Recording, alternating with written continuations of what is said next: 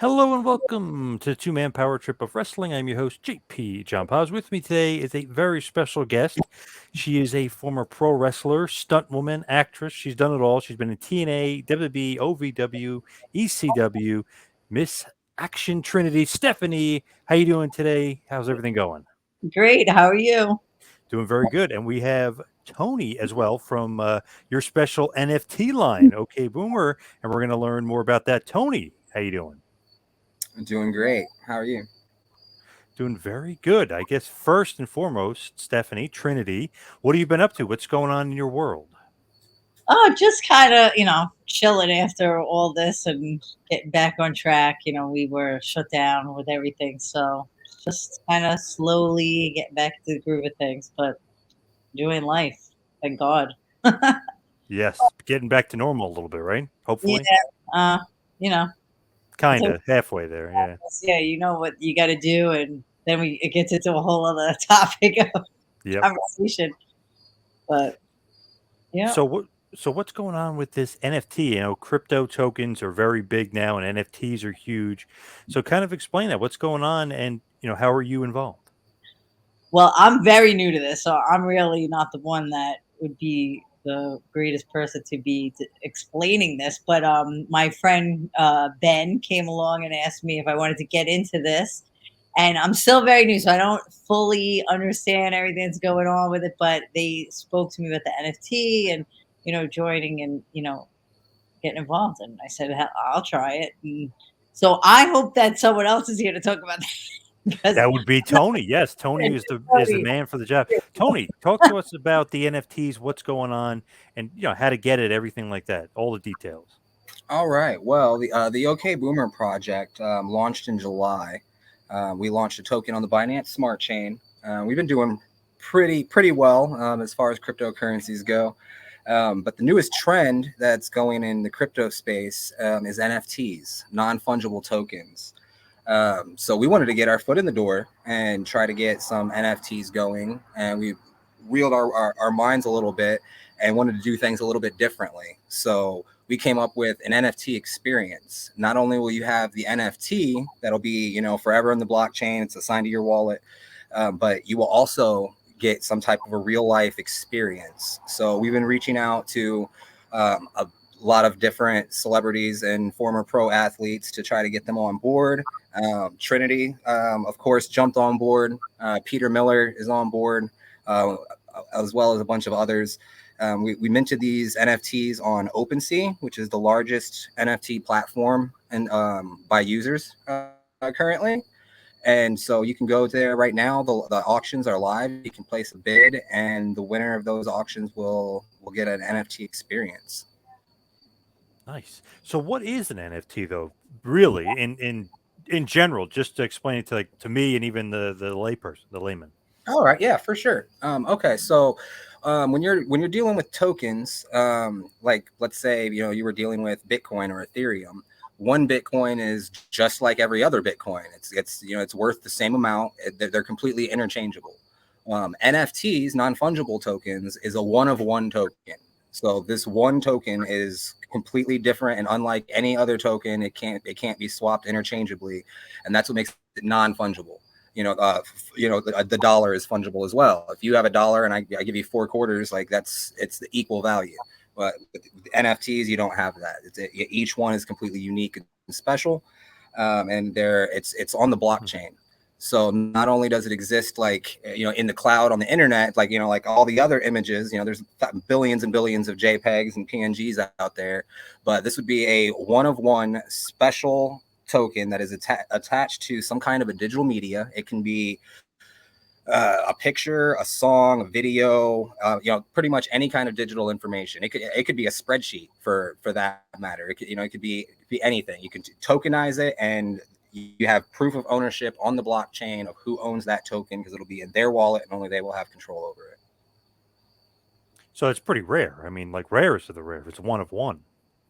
Correct. Yes, you have that a lot. And the NFT space has just been exploding as of late. There's a bunch of series that have been coming out of like different animals, and then there's a thousand giraffes, and each one has a different hat, and people are going crazy over, I want the Santa hat, so that they bid it up so that way they can get it. Next thing you know, you have NFTs that are going for thousands and hundreds of thousands of dollars. There was actually a famous artist named Beeple that sold one of his NFT tokenized works of art for, I forget the exact bottom line figure, but it was over $1 million. It was, so there's a lot of volume in this space right now. Whoa, that's crazy. I should be like going in and trying to bid on my own. I should want my own token. Someone else is gonna have my one of a kind token. Yeah, if it's that rare, you got to get it, Stephanie. Go, if it's that rare. Especially if it's that rare, you got to make sure you get a piece of that. Yeah. Oh my God. Wow. That's awesome though. What do you know what the image looks like, or do you know what it's going to be, Trinity? Yes, they showed me. It's awesome. They did it, so I can't take any credit except that it's me. But it's kind of like one of the wrestling pictures, but they very unique that they made up. So it's awesome. I love it. Now, Tony, with this space though, is it like a popular with wrestling and stuff? Because it seems like it's breaking into the wrestling world too. Because I saw WWE is doing something with Undertaker or something, Right, John Cena or something. It seems like it's breaking through. So it seems, a few months ago, it was just images, just original little drawings that people were doing. And then a couple other big name endorsement people signed deals with some NFT things and started putting out some commercialized NFTs. And it's just been gaining traction. The more successful, or with the success of each one of these projects, the next one just seems to gain even more traction. And so when we were looking at getting into the NFT world, we wanted to do something that's a little different, and how do you differentiate yourself when there's 1 million projects out there and each one of them is trying to differentiate themselves? So we decided to do this experience thing, so that way it's more like an augmented reality type NFT, because not only are you getting the digital asset, but you also get to experience something that nobody else gets to experience. And that's different than anybody. I don't know any other projects out there that are doing that, especially doing that with the level of clientele that we have. Now, Trinity, what do you think about this space and this? Because we were even talking off air a little bit about like Zoom. This is new to us, and StreamYard and these Google Meet things. And what do you think about like this new technology? And everything seems to be changing. I know it's amazing. It's amazing that they figure out how to do it, and they are become very successful. I'm so glad to be a part of it. I definitely have to learn more about it, but I'm very excited to be a part of it with them and see where it goes, and what else we could do with it. And the experience is exciting. So I'm glad to have joined with them and partnered and to try it out. So good luck. I hope they get successful with it, and I hope I do. And I want one now.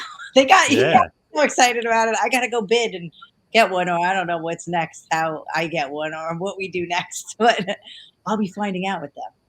Oh, well, I mean, if it's your prerogative to get an OK Boomer branded NFT, in conjunction with the release of the OK Boomer Champion Series, yesterday we also released an OK Boomer Boy series as well. So if you go to OpenSea and type in OK Boomer, you will also see those. There is a gold, silver, and bronze version available of the little Boomer Boy, which is our logo. And there will be a future series involving him as well. I hope that's not giving out too much. So, Stephanie, how did you get involved to begin with? Like, how do you know Ben, and how did you get in with OK Boomer? Okay, it's funny how I know Ben. I know Ben through geocaching. I don't know, did he tell you that we're geocachers, crazy geocachers? But and then through them. Is that like scavenger hunts and stuff? Yeah, that's like my big crazy hobby that I love. But Tony, are you into that at all? Or that's just Ben. That's actually how I met Ben. Is through geocaching. I've been geocaching for several years now. Awesome! Oh, yeah, my favorite thing. So what is that? Explain that? What is that? That is kind of like a digital scavenger hunt. It's a GPS. You use your phone on a GPS to find things hidden all over the world. It's like I always feel like I'm a spokesperson, but I think there's like 6 million people playing, or 6 million hidden and 3 million people playing. I mean, it's like, it's huge. It's an app on your phone, and anywhere you go, you could geocache. So like, it's not, you could just be traveling all over the world and there's geocaches, and they mostly bring you to awesome places, but they're just hidden everywhere too. So like if you're hiking, they're out in the woods where you're hiking, where you're biking, even on the water where you're I go on my boat and find them on islands and stuff. And everywhere I travel, I get to geocache. It's just something cool. So it brings, I hike and bike and do everything. And geocaching then just became like an extra added fun thing to do, like, all the trails that you're on, and then now you're finding stuff. And it brings you all around the world. Like it brought me all around Long Island, which I would have never even been around Long Island if it wasn't for geocaching. Like the North Shore, all the way out east, and like I said, it brings you to places you would never know. Like Long Island has so many awesome parks and sanctuaries and estuaries and reserves and such cool things. And if you want to go away and you think you want to go on a tour, you could pretty much go on a geo tour and find all the coolest places and find geocache. I mean, it's for like all ages too, because you're not finding, we always say treasures, but it's just, there's nothing that great. It's not like money, or sometimes there is money in them, but the first person to find it will take that. So it's not going to be there all the time. But it's just fun. It's just an added fun, and you see, you could do it anytime, anywhere, forever. So it's awesome.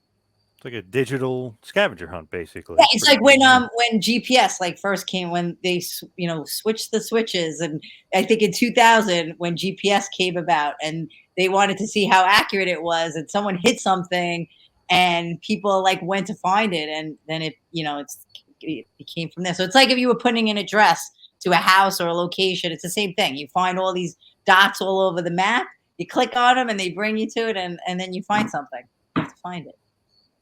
Yeah, and typically it'll be like a small Tupperware container or something, like hidden in a tree stump. So like you just put in your GPS coordinates, and when you get to the area where it's supposed to be, you start looking for the container. And once you find the container, it always contains a logbook, so you can sign in and you can get your point. Yeah. Oh, interesting. So how many geocaches do you have?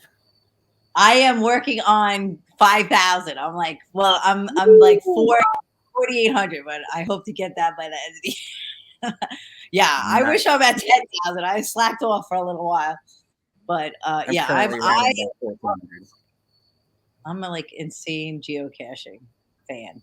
Love it. We always joke that we use multi-million-dollar satellites to find Tupperware in the woods. Yeah, Tupperware. It's ammo cans, and it's even crazy because even those are fun because they're big in the woods, and there's a lot of trinkets in it and junk and stuff, and you sign in and you can trade stuff, and then there's these things called travel bugs that move around. I mean, there's so many levels to this game, but even like the small ones that people complain about, they have these tiny little ones that are in signs that it's like or like in light posts, you lift up the skirt like that. To me, like people hate those, but to me that was like the most amazing thing so like they're just everywhere. You could be in a mall parking lot and you're like, there's something hidden around here, and I bet there's a geocache within a mile of where you are right now.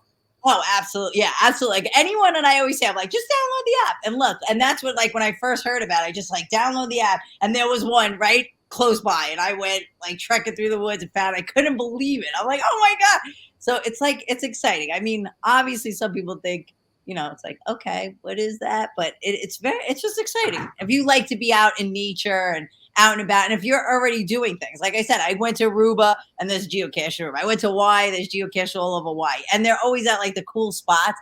So it's just like that added thing. And I love like challenging things, like finding stuff. And then when you find it, even though they're like, well, what is it? I'm like, it doesn't matter what it is. It's exciting. And there is stuff in it, and it is cool. And it's fun. I love it. Even just signing in, and then I like having a lot, and then I like filling in my map. Like right now, I bought an RV, and I want to travel all over the United States, and obviously see all the states and what they have to offer. But I want to geocache in every state.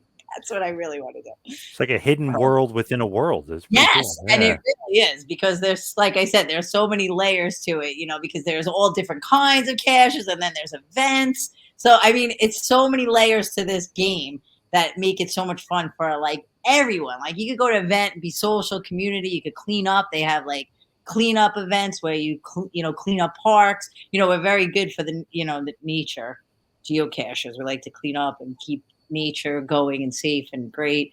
And then they have big mega events, and then there's for people that are even want more challenges, there's mystery caches that are like you have to solve puzzles before you get them. There's so many, or you can just go and find one, or you have to like do a puzzle to get one. I mean, that's like I said, so many different aspects to it that make it challenging. It's one of the reasons I love it, is because if you just want to find one geocache and be done, you can do that. Or if you want to spend all weekend and find 200 or 300 and become consumed with a hobby that can kill some time, you can do that. Yeah, like I said, you can do any part of it, because if you're somebody that, even if you don't want to find anything, they have these things called adventure labs where you go and you just show up to the location, and then they usually tell you read something and answer a question, so you don't even have to always find something. They have virtual caches, they have earth caches that you just show up and it's like a cool place, a cool thing in the earth, like you have to like look at and figure out. And like say it was like you were showing up at a volcano, there's nothing to find there, but they would be like, oh, well, is there lava? What's going on? They ask you geological questions and scientific things. And so it's something fun for every age, every level. If you want challenges, you like puzzles, you just like finding stuff, you like going out in nature. And I love it that a lot of people that would never be out in nature get out and go around and for sure doing stuff. Yeah. Instead of just, definitely. So it's almost like for like 3 years probably, and I started to record all of my adventures and put them on YouTube. So like there's a little show that I have on YouTube if you want to check that out. But I'm on my geocaching group on Facebook, and I run into a guy saying, hey, all you geocachers, you guys are really smart with all these puzzles and stuff. Does anybody work in cryptocurrency? Does anybody have any idea how to like code your own cryptocurrency? Because I have a great idea. So I raised my hand, like I actually do know how to write in Solidity a little bit. I mean, I'm not the best programmer, but I've been studying a little bit. We can learn this together.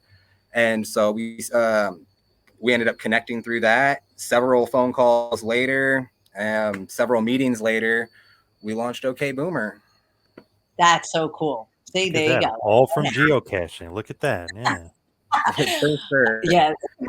So many opportunities. I've gotten so many opportunities just from geocaching, meeting people. Even like when I'm on the movie set, there's geocache and stuff hidden there, and that's amazing. It's everywhere. Are you still doing stunt work and stuff? Are you still in that world? I still am, but it's it's a very difficult place to navigate right now, which is always hard because then it's getting into, all the politics that is going on right now. So I never it seems like it was hard before the pandemic. Oh my God, it was always so hard. It was such a hard industry to be in. So like navigating it through what's going on now and I feel like stunt work is a stressful job. It's like very complex, and I'm like, there's an added stress to it. Is like very. I'm shocked that. But I think they're going on strike right now. I don't even know. Like I try to pay attention to my unions, but like I said, most of the time we're on these Zoom calls and everybody's a little bit, fighting over a lot of things. But I think that they're, because again, with what's going on in the world with mandatory stuff and how they're, I don't even like to say the words, but Yeah, I know what you mean. So that's what you're throwing down. Yeah, so that's becoming an issue in this line of work too, and so it's a very complex thing to navigate through because of everybody's different issues and feelings on it, and then how it's going about. So yeah, I'm doing different things, but nothing like before the pandemic. So I'm just staying low key and learning and seeing where everything's going and what's going on with everything. And I do a lot of different projects that are a little outside the loop because I don't want to deal with all that, but I have to stay involved and see everything that's going on. I should have I should go back to wrestling, and I should have started wrestling. Wrestling was so funny because through all of that, they were essential which is awesome.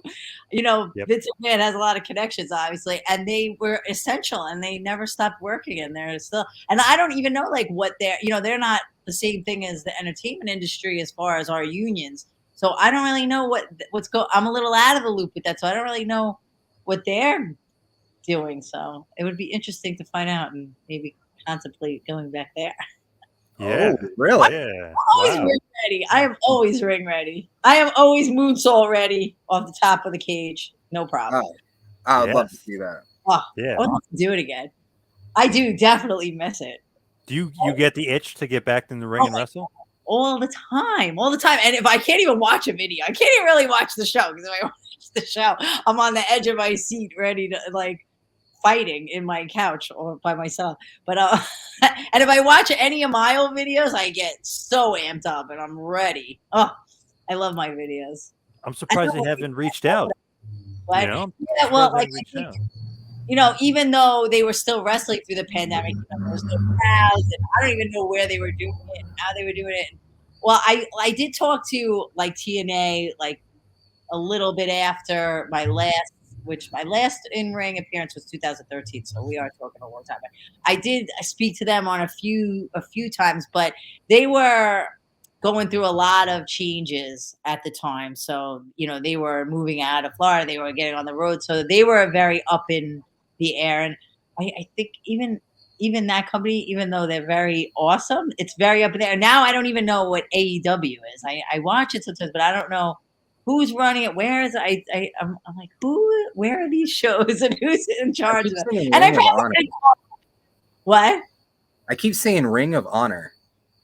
Well, Ring of Honor everywhere. I haven't actually watched any of their shows.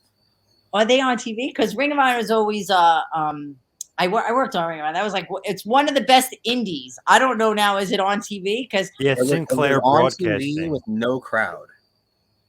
Yeah, they haven't done many shows with a crowd. Yeah, it's interesting. But they're owned by Sinclair Broadcasting Company, so whatever their affiliates are, they're on all their like syndicated shows, basically. TV. I don't know what Sinclair TV is, so like if that's like one station or somewhere. Well, but Ring of Honor was always an independent, but it was one of like the top independent wrestling shows that. So the clip I saw wasn't bad. Yeah, no, they were awesome. Actually, like I worked for them because everybody that when I first started, they were like, you got to work here because WWE looks at them and takes talent from them. So, you know, because they have independent wrestling all over the world. That's just not on TV. Like, but there's tons of venues all over and there's some really good ones and some really bad ones. And when you first start, you like all these people are working on those before they could get a shot, you know, on TV. And I went around with the group of guys that I was training with, and I was always told Ring of Honor is definitely a big one. And then from there, we got an audition out on another. I don't know the name of the venue, but it was out in Atlanta, Georgia, which got us onto TNA. Bill Barons ran it, and then we got on TNA, and then eventually WWE. But that's the track. Wild Side. Oh yeah, yes, thank you, very good. Yeah, Billy Barons. Yeah, it's funny, like how close he was to TNA, and I guess he worked for TNA. But so that's how you got in TNA. They saw you in a tryout. They wanted to bring you in. Well, yeah, there was a couple of guys that already worked for TNA, the Amazing Red and the SATs, and I trained with those guys. So Chris Divine and Divine Storm, they were trying to get on the show because all their other guys they trained were on the show. So we drove all the way out to Atlanta, Georgia, and we did. And I just like went along for the ride because I wasn't really invited, and I'm like, let me come, I want to go. And I went, I just valeted them. I did like a move or two, and then they were trying to get onto TNA, so they invited the three of us, and we did a dark match, and then we got on the show, and then they split up our team, and then I signed, and they were there for a little while too, and the other guys were there for a while too, and. Amazing Red, I think, still. Well, no, he might not be anymore because I think he got hurt. But I think he went on to WWE for a little while, and he's still wrestling a little bit. Master P owns House of Glory, and he's got a part of that too. Yes, yes. Which is interesting, Master P. Oh, it's like geocaching. There's so many like venues to wrestling that you don't know. There's the Underworld, and there's the Independence, and then there's the TVs, and then the big show. What did you think about TNA when you first got there? Like when they put you with Kid Cash, and then you got Siaki and Desire. What did you think about, like, when you first got there? You were like, "This is just a good space to be," or were you thinking this is gonna help you maybe get a bigger opportunity? Well, when I first got there, I mean, all I knew of was WWE. So, when I was wrestling on the independents and promoting myself, I was trying to get to WWE. I didn't even know about TNA until I met those guys. So when I got there, I thought, this is just as great. I thought it was awesome because they gave me such an awesome shot. We were on TV. I mean, it was a great show, and I had so many great opportunities. I love being there. I wanted. It was so bittersweet to like make a choice when WWE did ask me because I'm like, I loved it there. I didn't want to leave, and I loved the work that I did there, and I loved the opportunities. They promoted me so awesome. They gave me so many great opportunities, and we did such great things. I mean, they didn't have like a big women's division, but I didn't even care because I just got to work, wrestle and get involved in the guys, and we did wrestle. I wrestled any woman that did come in there, and there was even so many. I was supposed to wrestle China, but then she backed out and didn't wind up signing. But they brought me around the world with them and promoting us, and it was awesome. So it was very hard to make that decision to leave, but it's like, but that's WWE too. You were all there and you all want to go there. So it was hard not to take that opportunity. But so it was very bittersweet. Yeah, very bittersweet. I remember you, Kid Cash, and Amazing Red. You guys had a match. You were wrestling some of the guys too. Oh my God. That's what I said. They gave me so many opportunities because they promoted me like what I did. I was a stunt woman, and I wanted to wrestle. I wanted to wrestle the guys. I wanted to be involved. I didn't want to just be a valet. And it was really so true to, my character, who I was. Like, I really did want to go there and wrestle. I was like always hoping, like, please don't make me do like the bimbo girl stuff. Not that nothing wrong with that, but I'm like, I'm not good at that. I wrestle. I want to wrestle. And they really pushed me that way. And it was, they promoted she's like, she's a stunt woman. And I'm like, let me wrestle the guys. And I don't care. I want to jump off I want to jump off the ropes. I want to go into the audience. I want to go through tables. I will do it all. I don't care. And they kind of let me do it all. I remember showing up at that one pay-per-view. I wasn't even supposed to be on it because I was doing a stunt job, and they had that pay-per-view with the cage, and I'm like, you know what? I don't want to miss this. I have off this weekend. I flew myself into the show, and Dusty Rhodes was like, do you want to jump off the cage? I'm like, yeah. And they put me on the show, and it winded up being that, which is so funny because I wore the wrong shoes, and it was so hard to climb the cage, and I didn't know until I was literally climbing the cage. I'm like, oh my God, my feet don't fit in the holes. I can't get up to the top. I thought, this is going to be bad. But we worked. I did it. I got up there. I'm like, I'll climb up there with just my hands if I have to. Were you scared at all? Because that was a pretty scary spot if you think about it. I mean, it's always nerve-wracking, but I think like something comes over you when you're wrestling. You just started to think of what you're doing. Like, it's like, oh, I'm fighting Tracy and she's just bothering me and I have to get rid of her and I have to like make my guy win and I have to, ruin get those guys off him. And you really just, you're so into it. But I literally, when I was climbing it, I was more scared that, oh my God, I'm like, my feet don't fit in. I had these clunky shoes on and I'm like, they wouldn't fit in the holes of the cage. I'm like, am I not going to be able to get to the top of this and to jump off and do that big thing? But I made it out there. But yes, it was nerve-wracking, but I almost feel like it was more, I was so nervous climbing that by the time I got up there, I'm like, thank God I'm up here. And I'm like, stand up and now I do my thing. And my backflips are my thing. I feel like I was born to fly. So that part's not scary. Yeah, and it's amazing the trust we have for people because I'm like, yeah, I just trust all of them. Yeah, they're going to catch you, right? Who knows? You hope they catch you. Yeah, like I said, you're in, like, you're right. Just so in when you're there. Like, the world disappears. All that does disappear. Well, that moonsault, though, like, it was incredible.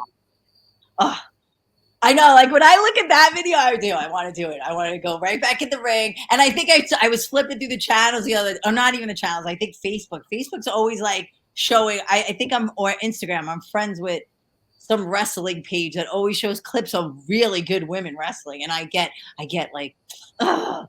And some woman did like all my moves in one shot. I'm like, she did, well, I have to say, I got that from Rey Mysterio, the 619, I called it the 516.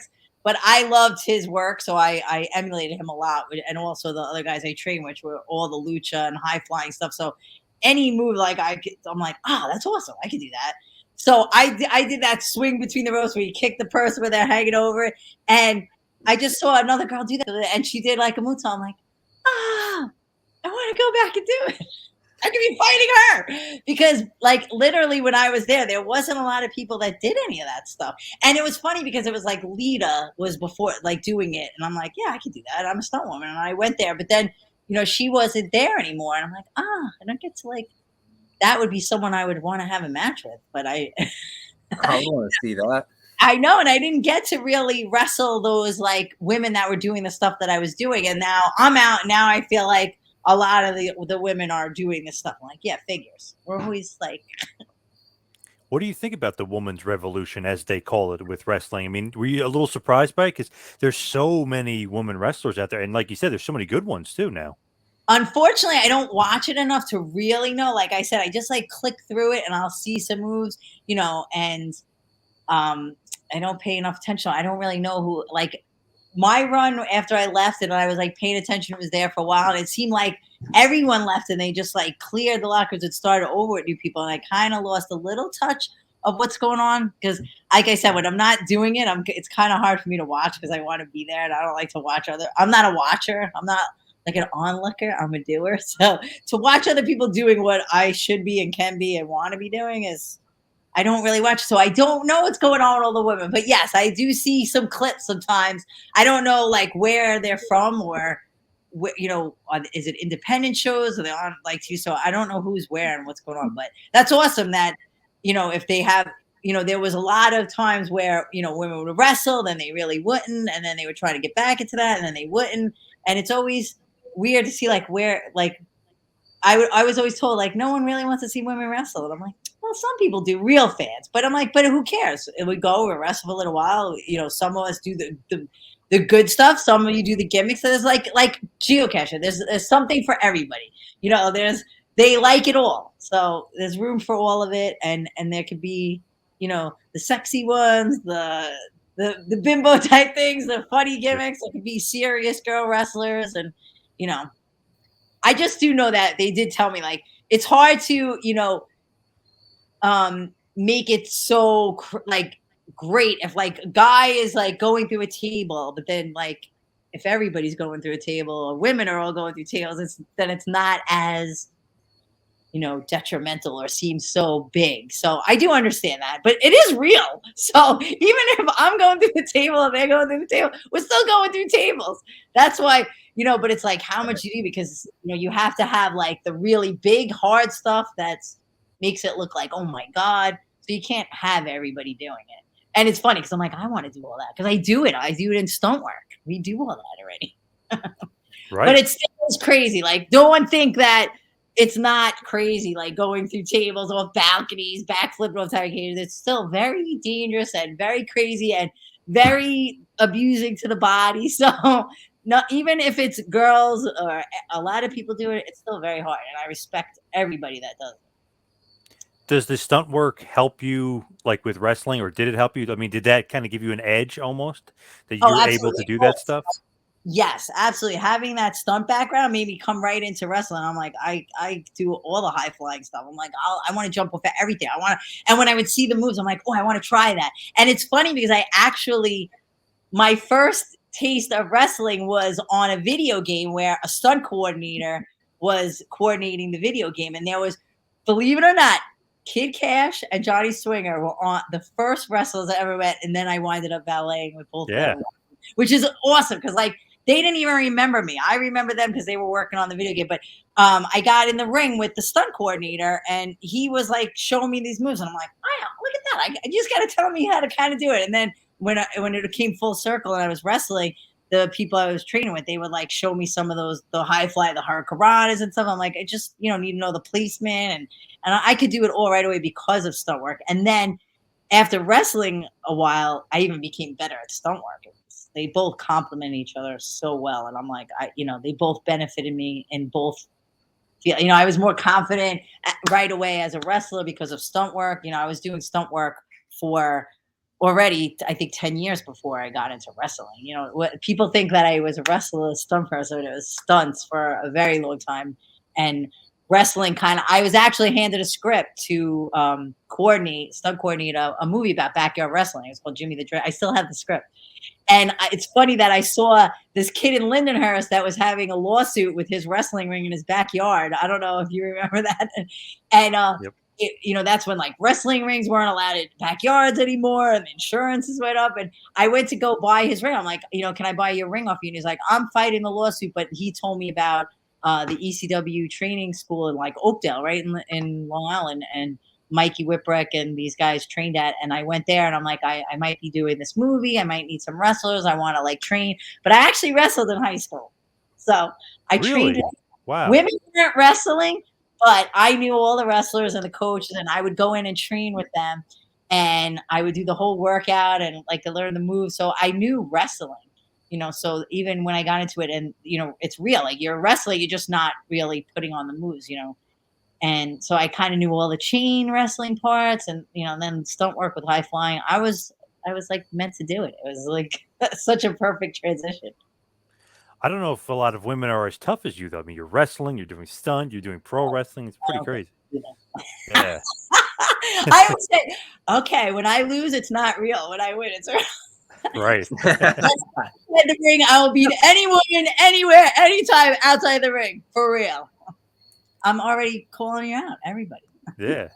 Do you take pride, though, that you're kind of a pioneer, so to speak, for women's wrestling? Because, you were kind of doing it when like you said, a lot of women weren't doing that style. That's very I don't know if I can say that, because I know that there was so many women before me.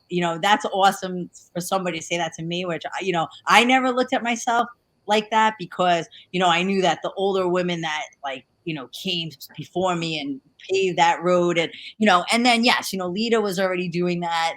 But I think she was the only one. So, but Jazz, there was a lot of really good wrestlers. Trish, they were all good. When they're doing stuff in the ring, whether it was like high fly, you're still wrestling, and that is hardcore. So I thought all those women were awesome. Oh, Victoria, I love her.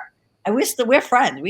I shouldn't say friends, just in case she's like, no, we're not. But I met her at several events, and we always talk. I love her. So whether she considers me a friend, I think she's awesome. And I always thought, like, when I was getting into TNA, she was in WWE, and it was funny because we like always looked very similar, and want to see your outfits, and I'm like, and our wrestling styles were, I always felt like her, like I don't want to say she's not the pretty girl, because she's gorgeous, but I felt like we weren't the blondes, we weren't like the hotties, the models. We were like, I thought she was always a serious wrestler, and that's how I felt. I didn't feel like when I was coming in, I didn't feel like it was easy, like, oh, I'm this hottie babe coming in. I felt like I gotta wrestle, because that's how I'm getting it. I'm not getting it by my looks or any of that stuff, or hopefully I have a little bit of personality, enough looks, but I have athleticism that will help me, break into this business. And, I really tried to, work that, but I'm like, but there are those women in there. So I had hope. I'm like, okay, there's Victoria. And I always was like, I'm like her. She's there. I could do it. And like I said, too, Lita. So when I got in, so I don't know if I'm really paved the way, but yes, now there, when I was with TNA, there was no women, there was no women's division. And they had me wrestling the guys, any woman that came in there, just try to do any gimmick and the company was awesome. And we did great gimmicks, even without a women's division. Like, I loved all of my gimmicks with Desire, with Kid Cash, with like, even valeting, we had such great gimmicks. I never felt like just a sidekick. I always felt like part of it. And I felt like important and imperative to. So I loved it. So maybe, it did pave it. Like, I know I was one of the original knockouts for TNA. Now, there's like, they're all the knockouts, and then, the divas.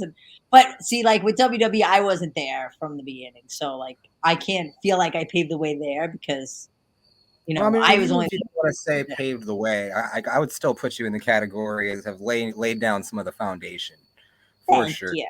Yes, I hope so. There's a major evolution that came in after you left. Like, there, Sasha Banks road to WrestleMania, Beth Phoenix, and like there's been a lot that has happened. Well, Beth Phoenix, believe it or not, was some of them would have gotten that opportunity if you hadn't done, played the role that you played. Yeah, I got to wrestle her in the Indies, which was awesome. She was probably one of my first wrestling matches, like Oh on wow. an independent show. Yeah, which is great because I got to meet a lot of them, and then I got, it all comes out like who's getting there, and then eventually some come and some come and go. Like a lot of those people, like when I did the women's pay-per-view, the last match I did was the all women's pay-per-view at TNA. There was so many girls that I knew from the Indies that it was like, well, they had to they just brought in like tons of girls, but they just came in for that. And I'm like, wow, so I feel awesome because like I did make it through all those Indies, and I made it to TNA, and then I made it to WWE. So I was doing something right, which was awesome. So, and then, you're right. Like people came at this. So, all right, I'll take it. I'll take a little bit. I never take compliments. I'll try to take. We noticed. You got to take those compliments. Oh, I loved it. I just know when I was there, I loved what I was doing. I loved, I took such pride in everything I did. Like it was like such a dream, and like it was crazy because it wasn't something I was like aspiring to doing my whole life, but it kind of a little bit because like I loved wrestling, and then I was like heard about stunt work through friends of the family, and it was like, okay, so it was kind of both of them at the same time, but stunt work came first, and I really didn't know anything about wrestling, and I didn't even think it was even an option to get there until then. I said, when I got to stunt work and I was doing all that, then I'm like, yeah, I'm gonna get into wrestling. And when I had that script handed to me, I'm like, oh, this is the line. This is how I get there. So I made it happen. I make things happen, and I'm proud of that, and I'm excited. And like I said, I take such pride in everything that I did. I loved the company I worked for, the people I worked with. There was always ups and downs, everything, but I loved my experience. And you said you saw some girls, they were kind of copied some of your moves. So obviously, somebody's been watching you for years, you know what I mean? Or learning from you for years. Hope so. But there was a lot of like guys that I watched and learned a lot of that from too. So, obviously the men are doing it so much longer, and they're amazing and doing, they're definitely, I don't know if the women are laying down like the stuff first, only because the men have been there so much longer. But what's amazing is if you're able to do the things. I don't know if any women has done this so far, but that one, which Kid Cash, I give him all the credit. He let me do so many big moves with him and put me over. Like when a guy lets a woman wrestle them and lets them do big moves and puts them over and and sells for them and actually gives you credit. It's a very awesome thing. That was like one of my best matches, I would think, to date, only because the things that we did in that match, and that was like my moving forward. Like, when I was there, the men don't always respect the women right away, because there are a lot of women that just come in and want to get in and do their thing and not be serious about it. That does happen. After that match, when I walked back through the locker room, all the men were lined up and shook my hand, and that was like the best feeling. It was like, Wow. till this day, that's like my best memory, best match, best moment. And yeah. So like I said, they, to do those moves with them. And the one move I don't think any woman has ever done was that top rope hurricane. It was like a power bomb into a hurricane off of the top ropes. I don't know if any woman's done that. When I did that, there was no woman that has done that before me. So, and there was only like one other guy that did that, I think. There wasn't many guys that did that either. So that was pretty exciting to do those moves and to let, somebody who trusts you to do those moves with you. Were you surprised that Cash was like so giving and wanted to, really make you look good? I was very surprised he was. And, I don't really know. Maybe they paid him a lot to do. I don't know what his motivation was, but we were very tight. We were, I think that we had a good rapport to do that. And we actually had, I think he had no choice too, because we really had a whole storyline. Like they really promoted us. So we were like, became like the super team and the Marvels. And then, we were like super baby faces and beating everybody. And I was getting involved. And then it was like people were getting mad. I really loved the TNA storylines. I loved them. They were getting mad that I was like getting involved. They're like, you're only winning because of her. And then it was getting him mad. And I believe that was really happening in real in real life too, as it was happening on the show. And the interviews, I mean, they just had such great storylines. Till this day, when I think of that whole entire storyline, that it was almost like for real, and how they just worked it through, and which I think a lot of wrestling does become real. You see with WWE storylines, a lot of those For become sure. real. So it was so good because a lot of it was so true to heart and became real, and then we turned heel, and then he went against me, and then so it was all so awesome, which culminated into the match, and that was like literally best. How he was like, yeah, you want to I'm like, I'm here, I want to wrestle you. And what's funny is when he slapped me in the face, I think he almost broke my jaw. I don't know, like if you see, he slapped me so hard that I think my jaw got like dislocated for a little while. And I'm walking around the ring like, oh my God, he dislocated my jaw. I have to have this like biggest match of my life and my jaw is dislocated. I'm like, and if you see me, I'm walking around the ring like trying to like maneuver my jaw back in place. Were you pissed or you just rolling with the punches? No, I just rolled the punch because I'm like, I loved the realness of it. Like when he was like, when I said, he called me a name and I like called him and he slapped me and it was like so real. And then it was like, my jaw's broken. And then I slapped him back and then we had the match. Like, I mean, but no, I wasn't pissed, but I was like, man, that was the hardest open palm slap ever. And I take pride in slaps and taking a good slap, but that was more like a palm punch. But no, it was awesome. I was just nervous that I'm like, is this going to affect my match? That was the only thing. Again, you don't think of, like, if you saw that other match where my shirt fell off, which never was supposed to happen, we were having another big match. That's where we did that biggest move that I'm talking about. And in the beginning of the match, my top was on. That's what I'm thinking. I'm like, oh my God, I have to have this biggest match of my life. And my stupid top was on. And I swear that I tested that thing and made sure that it would never come undone. And he's kicking it and it snaps and I didn't even know it. I'm like, oh my God, the things that happen. So The it's wrestling so business, crazy. great and funny. And the story is like, we'll look at you forever. It's real awesome. Did you have a good relationship with Vince Russo, who was the writer then? Yes, he was awesome. He was so good to me. He was so great to work with. He was so awesome to me, so helpful, so great to like. I was so, that's why I think it's hard for me to ever think that I ever, was like paving anything or establishing anything because I was so new. I was so new to this whole thing.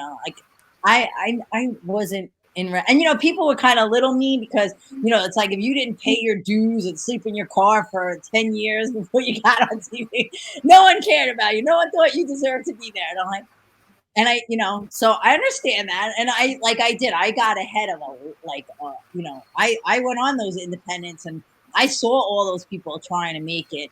And to get there, I'm like, wow, so a lot of people were very resentful. Like when I had to wrestle some of those girls that like came up that were there before me, that came up after, it wasn't always a good match.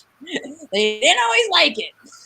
And then when you had to go on an independent, even through TNA, they didn't always want to, it wasn't always a nice match then too either. They're like, oh, yeah.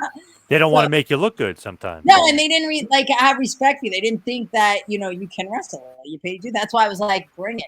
Which I'm glad that I had that stonework background because a lot of them wanted to, which they do to the guys too. They haze them a lot. And they do, what do they call it? Stiffen them and, do it a real work. Like, Alexis Arena didn't really like me. She was there way before me in the wrestling business and Mickey James. And I got to TNA before her, and she did not like me. And when we were fighting, we had that one big match. We were really fighting, literally really fighting, which didn't come across as a good match. And even the guys will say that match sucked because we were like, she was literally fighting, like beating me up. And I'm like, I get to do it back to you. So I don't care what you're doing to me. Right. Like when she's hitting me, she's really hitting me. I'm like, okay, you get 10 and then I get 10. So I'm like, and I guess they didn't realize, like, I didn't care. I liked it stiff. I liked it real. And you know what's funny? I couldn't really do that to them though, because like, I feel like I would hurt people. Right. But when they did it to me, I'm like, I could take it and then I feel like I could really react to this because I didn't think I was the greatest of actors or actresses. So I'm like, I'd rather you really hit me than I really know how to react to it. Right. Yeah, exactly. Makes it easier for you. Yeah, but we didn't do that in stunt work. So yes, I had to be that actress. But I think in wrestling, I just liked it. I liked it a little better when it was a little more stiff. Any sort of relationship with Mickey today or no? No, No. no, unfortunately, no. I had never ever had. I never had anything against anybody.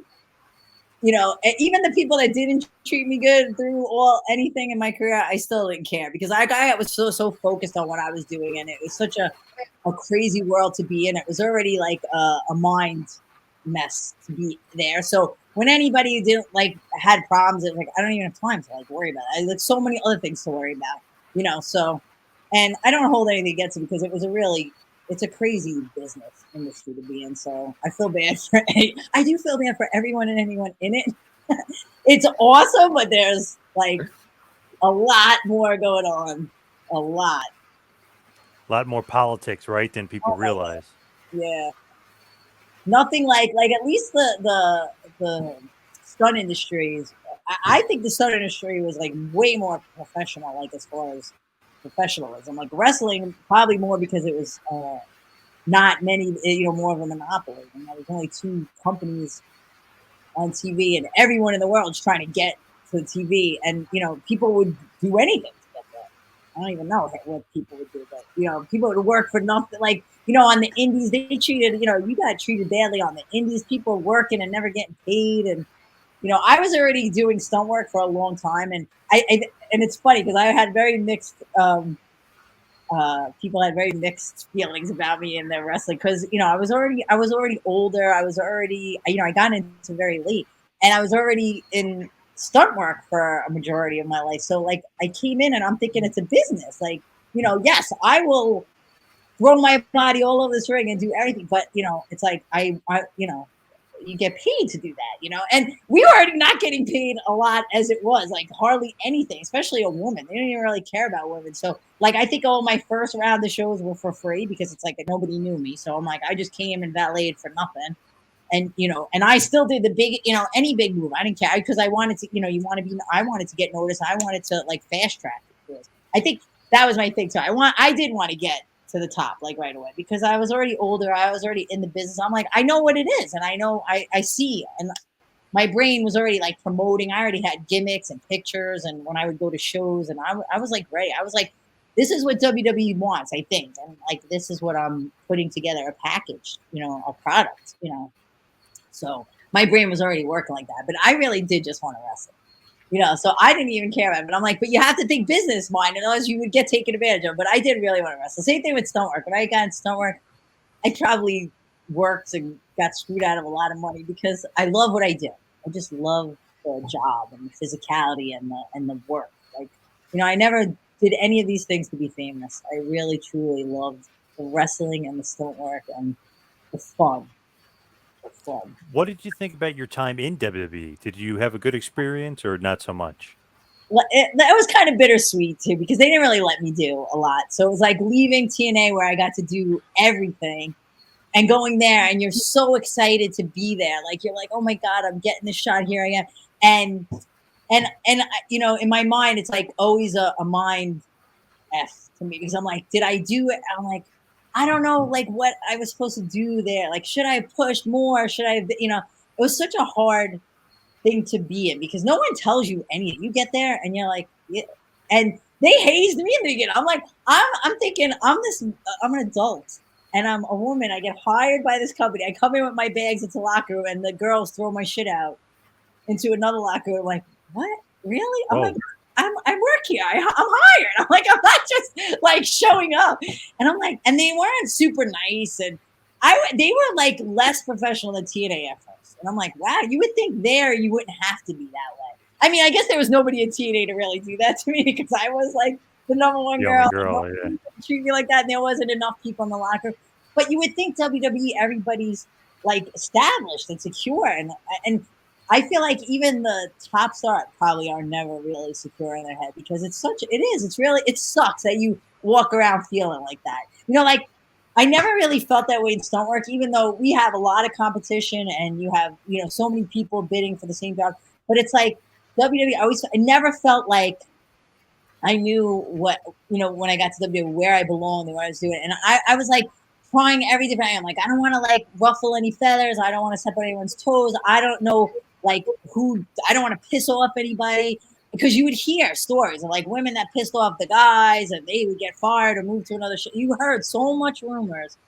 And then you're just like trying to toe the line. It kind of was very bittersweet, because that sucked, because it's like my mind works too much, and I wasn't someone popping pills and not giving a shit, walking around like not caring about the world. And I'm like, maybe I should have, because like my mind cared too much, and I wanted to have a great showing there. I wanted to like wrestle, and I wanted to do great, and so it was a little bittersweet, because I was so excited to be there. Vince McMahon was really good to me, and I mean, not that great because he didn't give me a big spot. Right. And most of the people were nice, but like they weren't, I don't know, maybe I should have went in around and asked more of like what am I supposed to be doing? What's the purpose? I don't know. I just felt like they threw you in. You were supposed to know what to do, and you didn't want to bother anyone and look like the bad in place. So I just never felt like it was nothing like TNA. But again, so excited to be that. Oh my God, when I got to do WrestleMania 23, where we did the whole Lumberjill match, and it was at Ford Field in Detroit. Oh my God, that was, I still pinch myself to this day, because first of all, just showing up to the venue, and like I went out and just sat, like I went up and sat somewhere, and I'm like, oh my God, you're at a WrestleMania. And this arena is, I get the chills just talking about it right now. It's so crazy. And I'm like, and just, it's so surreal and like so joyous to be like, wow, you're here. You maybe not have a match in it, but you're here. You're at a WrestleMania. You work for WWE. You're here. You made it. And like I came out, I was the first one to come out of the curtain. Like announce your name, and you're around the ring, and there was over 80,000 people there. So I guess, no matter how bittersweet or what you didn't get or didn't get, like, oh my God, I got a taste of that world. I was in WWE. I got a little bit of everything, and those memories will stay with me for a lifetime, and are awesome. Yeah, that's awesome stuff. But let's coming out of the curtain when you have to come out of the curtain for a WrestleMania, and over 80,000 people are cheering. You don't even understand the shock and the electricity that goes through you. It is insane. More insane than any stunt job I think I ever did. I mean, I don't know. I've been on fire, so that was pretty awesome. But oh my God. it is insane. And like you walk down that, like the ramp, and I don't think anyone can ever, I think it's because like I always feel like this person that really wasn't supposed to be there, but was there. So it's like, I'm on this side with all like people that'll never be there or never were there. Like, oh my God. But then I am that person that was there too. And I could like feel it like for both. Like, I guess I'm not like Gene or like those people that do it all the time. They're probably like, it's no big deal. They walk down. I don't know. I wonder how they feel. Like, I wonder how John Cena feels every time he walks down, or Undertaker. Like, do they feel like I felt? Did they feel like that the first time? Do they still feel like that now? But you just like, that feeling you felt, it's like undescribable, and it's unbelievable, and it was amazing. And then after the match, I think I went back into the audience and sat somewhere, and then I went to the top of like the boxes, and I'm like, it's just, I think that I even got a little teary-eyed. I swear to God, I might say that I did. Unbelievable. Yeah, the energy there is great. To be 80,000 people, it's nuts. Over 80,000 people. It was like, I think it was 82 something, and they said it was bigger than Super Bowl that year. And yeah, insane, crazy. Just the whole like, like I work on movie sets, so I'm in big production setups. But again, this is like a big. You go there, it's like a huge production. The trucks, the setting up, like, and we're there from the beginning when they're setting up everything. So like again.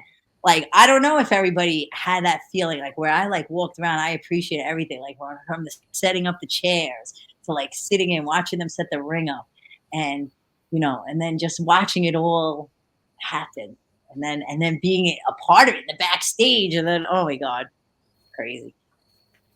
Definitely awesome moment for sure. But as we head towards the wind down, we head towards the finish. Tony, one last time. You should be talking about that. Yeah. I'm so sorry. No. I love talking about your career. That's great. But Tony, one last time, tell us where we can get the NFTs and all the information about video chats and everything else. Yes. All right. All right. So if you go to our website, okboomertoken.com, and click on NFTs, or just navigate to okboomertoken.com/NFTs. There, that'll take you to our calendar, which shows all of the endorsed deals that have already been inked. So you can see the ones that are for sure coming out with their release dates. If you click Peter Miller or Trinity, it'll take you directly to their OpenSea links, and you can bid live directly right from there. Those are the two that are released now. While on OpenSea, if you click on our profile, you'll also be able to see the Boomer Boy collection for the silver, bronze, and gold copies of the logo character. And once the NFTs are purchased, there will be a special thing that only the owner can view. So when you open it up in your wallet and go to OpenSea, there's an unlockables button. Nobody can see that publicly, but once if you're the person who wins the auction and you have the NFT, you will open that up and it'll have a special unlock code and a website address there for you. You just follow the prompt right there, and they'll get your contact information, and so that way we can get all of the arrangements set up for either talking to Trinity or going on a fishing trip with Peter Miller. Oh, that's awesome. See, you gotta get in on this. I'm so excited for you people that are bidding and go. I won't even buy all the OK Boomer tokens. Get in on this on the ground floor, or I don't know if it's at the ground floor, but get in on it now. I mean, when we launched, our price was 0.000001, and our price now is 0.00005. So we were actually 50x. So if you would have put $1 in, you would now have $50. If you would put $1,000 in, you would now have $50,000. We are 50x from the day that we launched. And the most exciting thing about this NFT initiative from the side of from my side, being the coding developer, is that there's a portion of the sales of these NFTs are going to go to back the liquidity of the token. So not only are these NFTs really cool, very unique, and offering a once-in-a-lifetime experience, but just the fact that they are existing is going to end up impacting the bottom line of all of the OK Boomer holders. So that's pretty exciting as well. It is. I'm so excited to be a part of this. I'm so excited, Tony. So, and I can't wait to tell Ben. Thank you guys for bringing me in and partnering with me. I'm so excited. I can't wait to really, really learn more about this because I'm in. I'm in for good and all the way, and I'm definitely so excited. I really like your NFT. It looks like an oil painting. It came out so well. I do. I love it too. Like I said, I almost want to go and bid for it myself, but I feel like that's wrong. I can't take it away from someone else. I'm so excited that whoever's going to win this, I'm so excited because I love it. I want it. So the fact that someone's going to win this is so awesome. I'm so excited that there's one out there of me and that you guys get to bid for it and that I love it. It's awesome. Now, Trinity, where can everybody find you, social media wise, and all your plugs? Oh, I'm actually Trinity all over the place. So, Facebook, Instagram, Twitter, TikTok. Sometimes in the summer, I'm definitely not so good at social media because I'm out playing, but I'm actually Trinity everywhere. You can find me. You can reach out, and hopefully something with this NFT comes awesome, and maybe there'll be more things going on, and we'll let you know. All right, awesome. For sure. I'm really hoping this is the beginning of the NFT space, especially for OK Boomer. But maybe there could be some more work in the future between us as well. Yes. Not to let too much out of the bag for the OK Boomer project, but there's also a couple of things that I've been working on with the development team, such as a decentralized application, so that way you can connect your wallet to our website, and we'll be able to offer some really cool things that you won't be able to get from anyone else besides OK Boomer. So hopefully that'll be rolling out in the next couple of months as well. Great stuff. Cool. Thank you, Tony, and thank you, Trinity. Really appreciate all the time tonight, guys. Thank you. For sure. Thanks for having us on. All right, guys, get to bidding. Get to the site. OK Boomer, go get it.